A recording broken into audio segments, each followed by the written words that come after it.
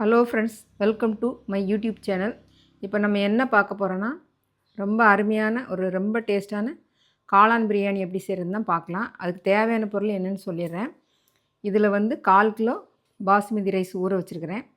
இதில் பார்த்திங்கன்னா தேங்காய் பால் நான் ஊற்றிருக்கேன். ஒரு அரை மூடி மட்டும் தேங்காய் பால் எடுத்து 1/2 லிட்டர் தண்ணி ஊற்றி 1/2 மணி நேரம் ஊற வச்சுருக்கிறேன். சரிங்களா? தக்காளி பார்த்திங்கன்னா 2 தக்காளி மிக்சியில் அரைச்சி வச்சுருக்கிறேன். 2 பெரிய வெங்காயம் நீளமாக நறுக்கி வச்சுருக்கிறேன்.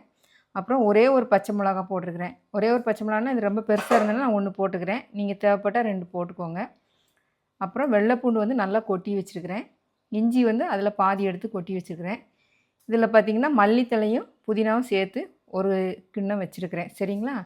அப்புறம் இதில் பார்த்திங்கன்னா பிரியாணிக்கு தேவையான பொருளாக வச்சுருக்கிறேன். பிரியாணி இலை, இது கிராம்பு, பட்டை, அன்னாச்சிப்பூ, மராட்டி மொக்கு, ஏலக்காய், ஜாதிபத்திரி. இப்போ நாம் வீடியோக்குள்ளே போகலாம் வாங்க. அப்புறம் எல்லோரும் என் வீடியோ பார்க்குறீங்க, உங்களுக்கு ரொம்ப ரொம்ப நன்றி. நிறைய பேர் இப்போ சப்ஸ்கிரைப் பண்ணியிருக்கீங்க, உங்களுக்கும் ரொம்ப நன்றி. அப்புறம் எல்லோரும் லைக் பண்ணுங்கள். உங்களுக்கு நான் செய்கிற சமையல் பிடிக்குது அப்படின்னா உங்கள் ஃப்ரெண்ட்ஸுக்கும் ஷேர் பண்ணுங்கள். அப்புறம் பெல் பட்டனை கிளிக் பண்ணி வைங்க. நான் அப்போக்கப்போ போடுற வீடியோ உங்களுக்கு உடனே வந்துடும்.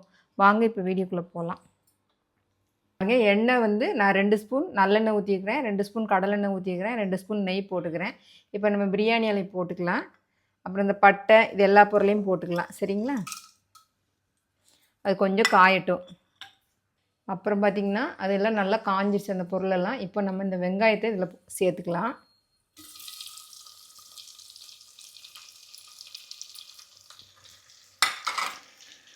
சேர்த்துட்டு இந்த பச்சை மிளகாய் இருக்குது பார்த்திங்களா, இதையும் நம்ம போட்டுக்கலாம்.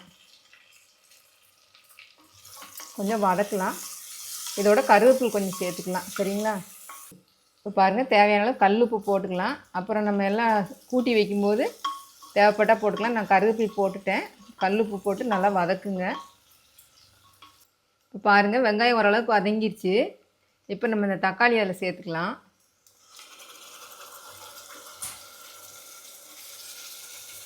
அடுப்பை வேணால் சிம்மில் வச்சுக்கோங்க. நான் சின்ன அடுப்பில் தான் வச்சுருக்கிறேன். இப்போ வெள்ளைப்பூண்டு,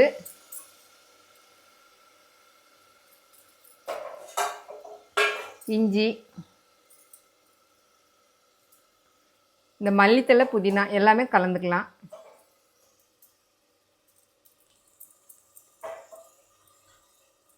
அப்புறம் நல்லா வதக்குங்க. பாருங்கள், ஓரளவுக்கு வதக்கிட்டு இருக்கிறோம். இப்போ நம்ம மஞ்சத்தூள், மிளகாத்தூள் இதெல்லாம் சேர்த்துக்கலாம். நான் மஞ்சத்தூள் இவ்வளோ கணம் போடுறேன். மிளகாத்தூள் 1 ஸ்பூன் போட்டுக்கிறேன். ஏன்னா பச்சை மிளகாயும் போட்டிருக்குறோம், அதனால் 1 ஸ்பூன் நிறைய போட்டுக்கிறேன். அப்புறம் கூட்டி வைக்கும்போது தேவைப்படுதான்னு பார்த்துட்டு தேவைன்னா சேர்த்துக்கலாம். அப்புறம் பிரியாணி மசாலா நான் வீட்டில் ரெடி பண்ணது தான் போடுறேன். அதுவுமே ஒரு 1/4 ஸ்பூன் பக்கமாக தான் போடுறேன், அதிகமாக போடல, பார்த்துக்கோங்க. கொஞ்சமாக தான் போடுறேன்.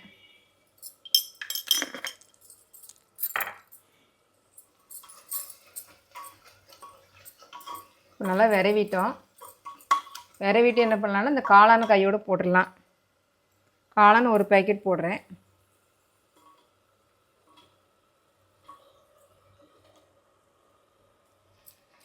இதையும் போட்டு நல்லா விரவிக்கலாம். இப்போ பாருங்கள், காளான் போட்டு ஓரளவுக்கு வதக்கிட்டோம். இப்போ அடுப்பை சிம்மில் வச்சுக்கிறேன். சின்ன அடுப்பு தான். அரிசியை போட்டுட்டு ஒரு 2 நிமிஷம் வதக்கலாம். இது நீங்கள் தேங்காய் பால் தான் ஊற்றணும்னு இல்லை, நார்மலாக தண்ணி வேணாலும் நம்ம சேர்த்துக்கலாம். தேங்காய் பால் ஊற்றுறது என்ன நல்ல விஷயம்னு பார்த்திங்கன்னா நல்ல ஒரு டேஸ்ட் கொடுக்கும். அப்புறம் பார்த்திங்கன்னா இப்போ குட்டி குழந்தைங்க சாப்பிட்றாங்க, பெரியவங்க வயசானவங்க சாப்பிட்றாங்க அப்படிங்கும்போது அதிகமாக காரத்தன்மை இருக்காது, வயிற்றுக்கு எதுவும் பண்ணாது. ஏன்னா இந்த தேங்காய் பால் அந்த காரத்தெல்லாம் எடுத்துக்கும். அதனால தான் நம்ம தேங்காய் பால் ஊற்றுறோம். ஒரு அரை மூடி போதும் 1/4 கிலோ அரிசிக்கு.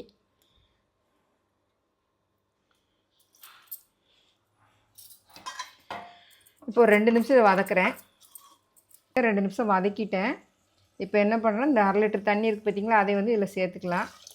சேர்த்துட்டு நீங்கள் உப்பு காரம்லாம் பார்த்துக்கோங்க. காரமோ உப்போ தேவைப்படுச்சுன்னா நீங்கள் போட்டுக்கலாம். நான் சின்ன அடுப்பில் தான் வச்சுருக்கிறேன். இது நல்லா கொதிக்கட்டும், நம்ம அப்புறமா குக்கர் மூடி போட்டுக்கலாம். சரிங்களா? நீங்கள் இப்போ டேஸ்ட் பார்த்துக்கோங்க. கொதிச்சிருச்சு, நல்லா கொதிக்குது. நம்ம இப்போ குக்கர் மூடி போட்டுக்கலாம். சரிங்களா?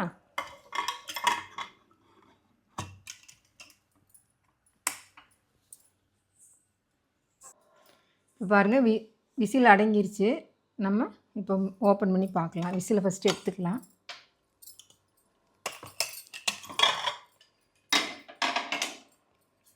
இப்போ வந்து நான் இந்த கரண்டியில் பின்பக்கமாக இப்படி இது பண்ணிடுறேன். பாருங்கள் நல்லா வந்திருக்குது. தண்ணி அதிகமாக இல்லை. நம்ம இதில் வந்து இந்த மல்லித்தலையும் புதினாயும் லைட்டாக இப்படி தூவிட்டு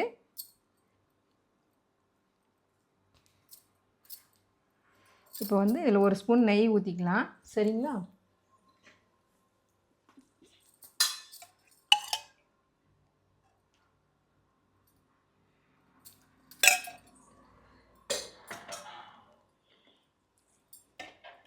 மறுபடியும் குக்கரை மூடிடலாம். மூடிட்டு இந்த தோசைக்கல் பார்த்திங்கன்னா நான் வச்சுருக்கிறேன், சின்ன அடுப்பில் வச்சுக்கிறேன். அடுப்பை சிம்மில் வச்சுட்டு அதுக்கப்புறம் இந்த குக்கரை தூக்கி இது மேலே வச்சிடலாம். அப்புறம் 5 நிமிஷம், மொத்தம் 10 நிமிஷம். 5 நிமிஷம் ஃபுல்லாக வைக்கிறோம். அடுத்து சிம்மில் வச்சிடுறோம். 5 நிமிஷம் வைக்கிறோம். அதுக்கடுத்து நம்ம இந்த குக்கரை 5 நிமிஷம் அடுப்பில் வைக்கிறோம். சரிங்களா? இப்போ நான் அடுப்பில் வச்சுட்டு சிம்மில் வச்சிடுறேன் அடுப்பை. சரிங்களா? ஒரு 5 நிமிஷம் அப்படி இருக்கட்டும். டைம் பார்த்துக்கோங்க. நம்ம விசிலுமே போட்டுக்கலாம்.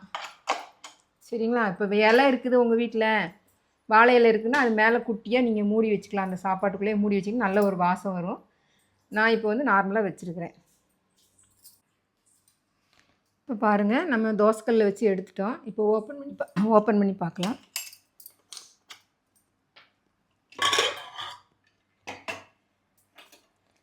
பாருங்கள், அருமையான காளான் பிரியாணி ரெடி பண்ணிட்டோம்.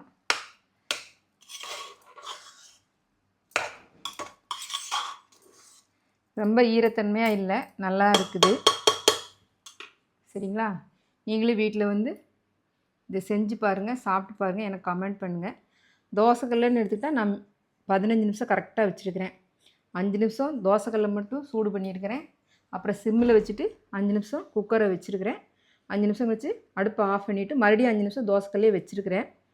ஏன்னா நம்ம சாப்பிட்றதுக்கு வந்து நல்ல ஒரு சாஃப்டாக இருக்கணும். பெரியவங்க, குழந்தைங்க எல்லோரும் விரும்பி சாப்பிடணுங்கிறதுக்காக இந்த மாதிரி பண்ணியிருக்கிறேன். நீங்களும் இதே மாதிரி செஞ்சு பாருங்கள், நிச்சயமாக நல்லாயிருக்கும். என்னோடய வீடியோ பார்க்குற எல்லாருக்கும் ரொம்ப நன்றி. அதே மாதிரி பார்த்திங்கன்னா கொதிச்ச உடனே நம்ம விசில் போட்டு வச்சோம் பார்த்திங்களா, அது வந்து 3 நிமிஷத்தில் விசில் வந்துருச்சு. ஒரு விசில் வந்துருச்சு.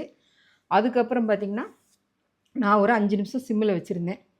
சிம்மில் வச்சுட்டு தான் நான் ஆஃப் பண்ணேன். அது வந்து ஏன் இதை சொல்கிறேன் அப்படின்னா, சின்ன குழந்தைங்க யாராவது செய்கிறாங்க, இப்போ திருமணமானவங்களாம் செய்கிறாங்க, இப்போ திருமணமானவங்க, புதுசாக கல்யாணமானவங்க, சின்ன பாப்பாங்கள்லாம் செய்கிறாங்க அப்படின்னா அவங்களுக்கு யூஸ் ஆகட்டுங்க அதை சொல்கிறேன். என் வீடியோ பார்க்குற எல்லாருக்கும் ரொம்ப நன்றி. சப்ஸ்கிரைப் பண்ண எல்லாருக்கும் ரொம்ப நன்றி. வணக்கம்.